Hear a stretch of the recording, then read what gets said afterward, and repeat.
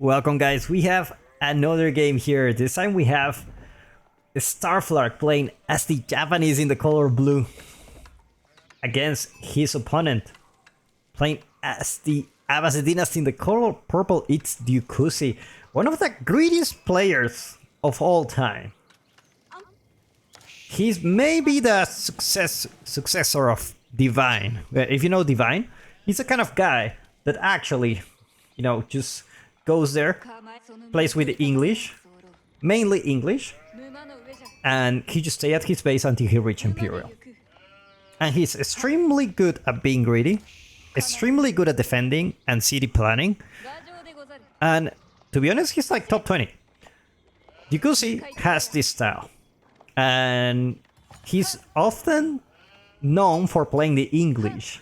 And in fact, one of his alt accounts is called Divine Junior. So it's like, it's really interesting because now he's just switching a little bit things. He's now spicing things up, and now he's adding Abbasid to his list of civilizations. I remember I think the other day I asked him, like, I don't remember which civ it was. But it's like, hey, why do you play this civ? It's like, no, this civ is not for me. And he's one of those examples where, players don't really need to play all the civs. Obviously, the super good players like Beastie, Marine Lord, Papi Paw, they are all very good with pretty much all the civs. I'm sure they have one civ that is better than the other, but overall, very good. Just because in the tournaments, you got like best of 5, best of 7, best of 3. The more civilizations you can use, the more chances you have of winning. Just because, you will have many matches and you won't be able to play the same civ as you did before. But because it's one of those examples, like, hey, I think it's around 2000 ELO player, 1.9, something like that. Very good player. Starflark sitting around pretty much the same elo, very good player as well. He's from Chile, I think, from Latin America. So representing Latin America, you have here Starflark. We don't have many players, to be honest. We don't have many players, but the ones we have, they are they are very funny. That's as much as I can tell you. They often go on Twitch, and I know many of you who are not like Spanish speaking countries will find like a little bit weird. Because they put a lot of like music or whatever, and but it's just really funny. It's just really funny how these guys play. Every time I'm having a blast, even if it's just listening to the music. But anyway, Dukusi opening up with a military wing. Now here I'm talking like, hey, this is the greediest player of all time. Now he's opening up with military wing. Interesting approach. I'm having this experience before, and I don't really want to go to fight the Japanese in the late game. Like their late game is just too good. They have a lot of passive economy from the stone and the gold, a lot of passive bonuses from the Yoroshiros. You can technically have 6 forges producing gold 75 gold per minute, I believe. So it's just not a good position to be. It's just not. Even with Abbasid probably has one of the strongest late game in the game. But Abbasid, it's one of the strongest civilization in the late game. But at the same time, most games don't reach that late. So it's really hard to play with. Now, by the looks of it, looks like Dukusi is not really going for a second town center, which is really interesting. Normally you will want to go for second town center as the Abbasid. It's actually opening up with stable. Gonna be putting some pressure into Starflark. Meanwhile, Starflark is having the time of his life. Already have the ship around here, and he can potentially think about that castle age. Now these villagers are gonna get pushed away by Dukusi's unit. They are already almost there. It's gonna be forced to eat some sheep. Not sure if punishment or reward, but definitely I rather eat sheep rather than berries. There you go. That's what the military wing actually gives you. I'm not a big fan of the military wing, unless you have situations like this where you can actually cause some damage. Like you can force your opponent to leave the area, or if you're really lucky, kill a villager or two. But in most situations, your army won't do much. But now looks like Dukusi is having a really good time. Starflag, not so much response yet. We have the archery range coming up for him. So he's gonna be able to deal very good with these units. Unfortunately for him, there is a horseman coming soon. Actually, wait a second, he cancelled the sale. He's actually going pure infantry. He's going for archers. If you're gonna stay in 1 TC, you need a golden age. There you go, golden age already here. Now archery range, just for Starflag, just gonna be playing very, very defensively. Have plenty of food in the bank, so I believe even a fast castle for Starflag can be actually doable. The question is, he needs to ask for himself is, how committed is my opponent to actually kill me?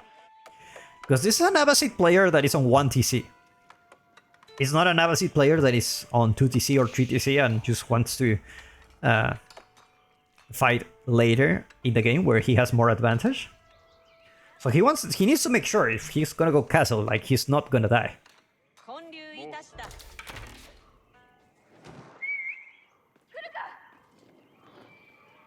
More upgrades coming up for bot players, +1 range attack coming for Starflag.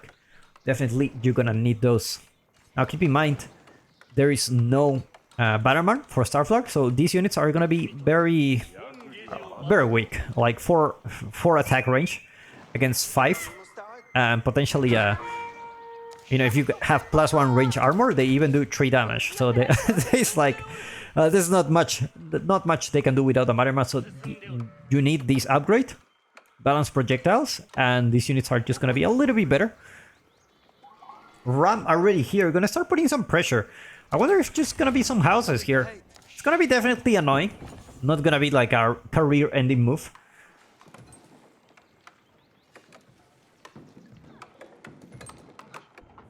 Bot players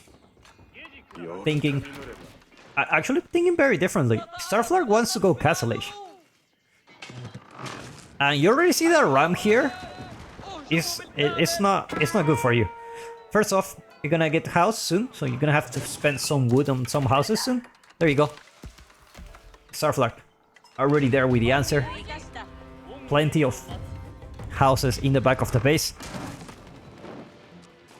Meanwhile, Dukusi going for bootcamp very early on, gonna give some extra health for all these units. Spearman going from 90 health to actually 104. That's it's quite good, to be honest. It's quite good, and it scales quite well with a lot of infantry in your composition. More archers coming up for Starflag. Still, that's the thing about going these fast castles. It's like you already have the gold for it, you know? And it's like, oh my god, now I'm like, I have this plan, and I don't have enough units to actually, you know, deal with this. And you're in a situation where, do I go castle or do I stay longer here? Looks like these archers are just gonna be doing good enough for now. Now, the good thing about the Yumi Ashigaru is that they are really cheap. Or you're talking about 30, 35 resources against the Abbasid archer that is 30 and 50 wood, which is normally what you pay for an archer. And these archers are just not gonna be able to do anything to this ram, unfortunately. Villager's gonna get pulled here. Potentially this ram gonna go down this time. But Dukus is gonna react now, trying to get some villagers here and there. It looks like they're gonna be able to retreat at the right time. Not gonna be able to take down any villager. Dukus already there with the gold. Starflag, sorry. Just needs to survive this little annoyance. At the same time, looks like Dukusi is thinking about going Castle Age himself as well. Which you don't usually see with the Abbasid. He stopped the production of units. So already with 15 archers it's quite annoying for sure. Starflag knows how important this archery range is, but unfortunately it's gonna go down. And with that, you can see almost there with the cancellation. Starflag just need a little bit of food. It's like Dikusi will pull back for now. The problem with the Abbasid is that you need to wait quite a long time if you wanna age up. You cannot, you know, just build it with more villagers. Build your landmark and just age up really fast if you need it. You're gonna need to wait quite a long time, almost 2 minutes to age up. Horseman, definitely the right choice for Starflag. But because he's already pulling back. And he's gonna go for the Eco Wing, not gonna be able to get those, you know, free upgrades. Not free upgrades, but very, very cheap upgrades that you get with the Cultural Wing. And potentially a very cheap Imperial Age.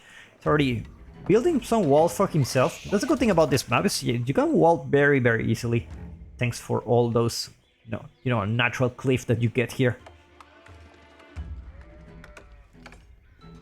And the floating gate already there. Meanwhile, economic wing. Need to wait almost 2 minutes here. 1 minute left. I wouldn't be surprised if the floating gate goes faster than the economic wing now. But both players, now that Japanese is in the castle age, they're gonna get a huge spike on... a huge power spike, let's just call it that way. Just because you get the Yoroshiro, you can put it here on the stable, can start gathering up relics, and obviously the most important thing, you get important upgrades for your infantry, such as the extra damage to infantry from the samurais, and you know, you get all those juicy upgrades that in the castle age, so they're gonna be really good. Both civilizations don't really want to stay too long in the feudal age. Walls already finished for Dikusi, except this part. Looks like this villager not gonna be able to build it on time. Starflag not reacting, there you go. Looks like he will potentially kill this villager. Villager is already stuck here. Meanwhile, Wolf being extremely annoying. And now new age begins. Let's see where Dikusi takes it from here. Already getting those veterans for those archers. And as well as Fertile Crescent to get some cheaper upgrades for those economic buildings, potentially building 2 or 3 town centers. Unfortunately for him, the walls haven't finished, and you got a risk of having those Mount Samurai running into your base. There are already 3 on the field, and these are deadly. These are really deadly. 4 Spearman is not gonna make it. Another villager will come here. But looks like another one will go down. And unfortunately for Dikusi, Starflag already have a fat to enter into Dikusi's base. Archers are already veteran. This is the remainings of an unfinished wall. But so does the veteran archers here. Composite bows coming soon for Dikusi. But I have a feeling this number of archers, even with composite bows, is just not gonna be enough. Starflag missing a huge opportunity here. Not entering into the base while he's still had the chance. He's actually walling off his side of the map. Meanwhile, first relic already going there for Starflag. Dikusi already there with the first of the town centers, potentially going for 2, 3, or man, even 4 if you are really greedy. I have a feeling Starflag didn't believe the whole map was walled. So now you believe me when I tell you Dikusi is the kind of guy who plays really, really defensively, right? It's just his style. It's just part of his style. Meanwhile, Starflag just sending more archers and more samurai. It's a deadly composition for sure. That's a lot of archery ranges. you can pump a lot of archers because they are really cheap. And they're gonna deal very well against those spearmen. Unfortunately for him, the mass for Dukusi is actually going up. Gulams are in the mix as well. It's gonna be really tanky. There you go. Third town center already on the way for Dukusi. It's gonna switch for income per minute. Tier 2 wheelbarrow upgrade coming up for Starflark. Now it looks like Starflark is like already deciding, you know what, we're actually going here. Like, it doesn't matter anymore. There's no way to enter into this base. He has a huge army. And I will say Starflark's army, it's stronger. Just because of the Mount Samurai. And he's already grabbing all the relics, to be honest. He's already having 4 relics for himself. Leaving Dukusi with only single relic to grab. That's not a good thing. And the longer the game goes, I feel like in Japanese getting stronger and stronger. They can potentially go for that second town center to catch up with the economy. But at this point, in the Castle Age, they have a huge spike in military power. We already see the numbers increasing, slow but steady for Starflark. Archer, not sure where he's going. Says, yes sir, that's an army. That's an army. You gotta, everyone just come here. And that's a lot of samurai too, so you need a lot of spearmen. Veteran spearmen arrive on time. Looks like the wall is gonna go down. Archers sniping those spearmen. It's gonna be losing quite a bunch of them. Meanwhile, Dukusi with quite a lot of stone, wondering what he would do with it. Is he thinking about a keep somewhere? Now keep in mind, both gold veins are in favor of Starflark. They are closer to his base. So it's gonna be really tricky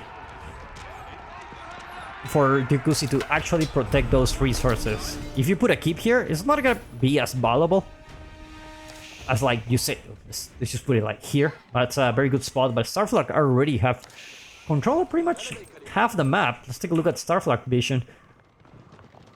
Already finally breaking through the doors. And as well as putting more pressure into Dukusi. Lots of archers here. Mount Samurai gonna be taking down those archers. Well, a Springle placement coming for this outpost. And Gulam's gonna be tanking quite a lot of damage.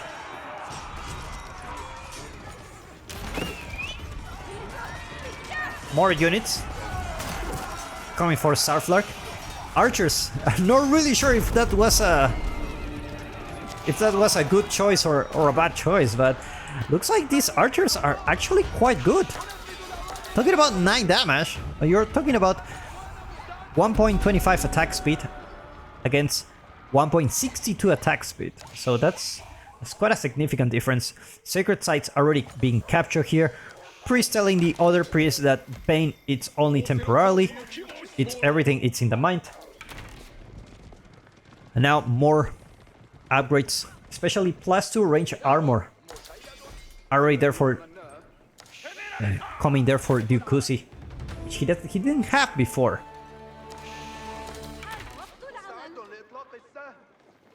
And now Dukusi is in a little bit of a timer.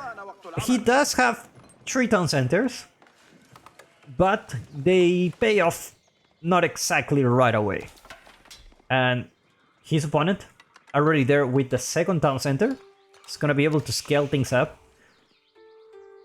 I mean, pretty much the whole map control for now. A lot of map control for sure. And looks like more Mount Samurai are into Starflark's army composition. And Dukusi is starting to add some spearmen just to deal with those. Now he's really on a timer, so he needs to break through these walls eventually. And the problem is, I don't think he has the... I believe this can be a good fight for Dukusi, but at the same time, the longer the game goes, the better is it for him. Like, your army should be better in theory, with those upgrades, composite bows and bootcamp. Barracks also have the phalanx to extra range attack for those spearmen, so you're gonna be having a really good time. That's for sure. Now, Starflag, stop pumping unit for now. He's doing a switch for Onabugeisha, which I like it, to be honest. I like it, but I feel like he's losing a lot of momentum he had. Starting to wall a lot of these sections in the map. Meanwhile, Dukusi, still with a little bit of gold in the base, I really need to move out to the next one. Starting to put some stone walls. And farm transition should be very, very easy for him. Meanwhile, Starflark, not going for a farm transition yet. He's getting those natural resources, taking advantage of his position. But that's the problem. I mean, Dukusi slowed down because of the farm transition. But as soon as the farm transition is finished, like, he's not gonna stop pumping units. Whereas a Starflark, eventually he will need to go for that farm transition, and he will slow down. Looks like Starflark already found Dukusi's army. Dukusi already there with a Mangonel.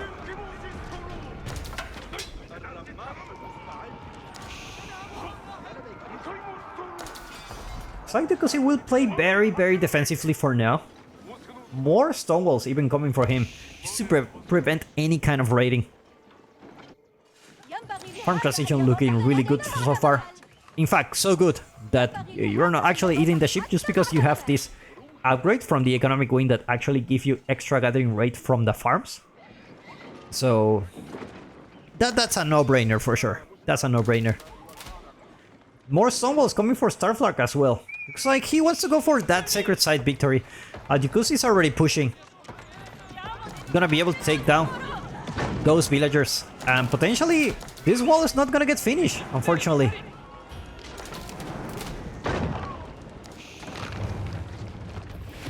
And looks like Starflark will pull back for now, but not so without going for that Imperial Age Tanegashima Gunsmith. Very nice timing, to be honest. That's the power of having all those relics, all those passive gold income. You can just go for that Imperial Age quite fast. Unfortunately for him, Sacred Side Victory is not gonna be a choice now. Meanwhile, Dukusi going for a keep, a very conservative keep, but that's the only place you can put it so far. And Starflark reaches the Imperial Age. Dukusi with a little bit of an issue here. Now in the Castle Age, it's gonna be facing some upgrades soon. Some Imperial Age units. Shinto Priest, not really sure what they're doing here.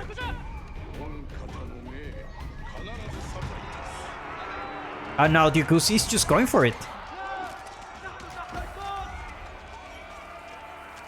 Upgrades coming soon.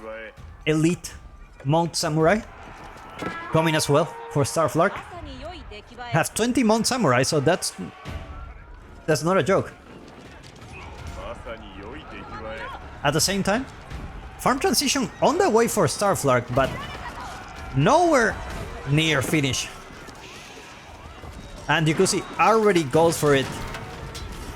Those are plenty of units, but those elite Mount Samurai, they need to be proved to be useful here. It's just too many Spearmen. Too many Spearmen. Osutsu gonna be doing some damage, but not enough numbers for the Osutsu. Mangonel is still alive. And Dukusi will just keep pushing those units. He's also going for the trade wing as well.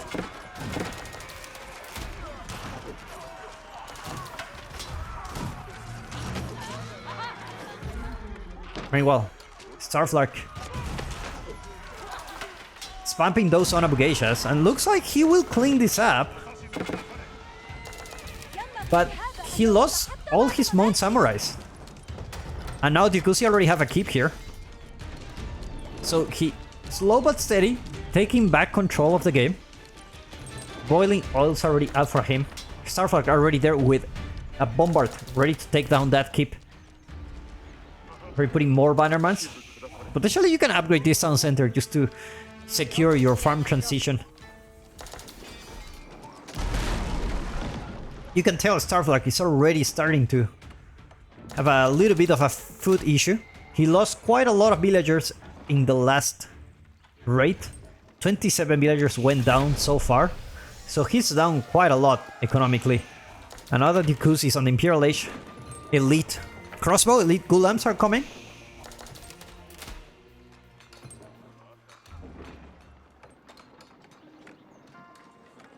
Starflag already committed to making those Mount Samurai elite, so you're gonna have to use them eventually. The problem is they are very expensive. Potentially you want to go for those elite Onabugashas just because they're very cheap and they're very annoying. Cannon already there. Sprinkles are right there for Starflag just in case Yukusi needs, so build some sprinkles. Now he's gonna go, no emplacements for the keep, so these units are gonna be able to stay here quite some time. Town center being upgraded as well. He's gonna be able to get that shown at the castle. Meanwhile, units are already elite for Dukusi. Gulams are right there. Quite a lot of HP. I don't know if he has no university there yet for Dukusi, so these Gulams are just not gonna be having the best of their time, but they are really tanky. And with that, Starflag taps out. He knows he cannot outboom the Abbasid economy at this point in the game. Well played by these two players, and I see you in the next one.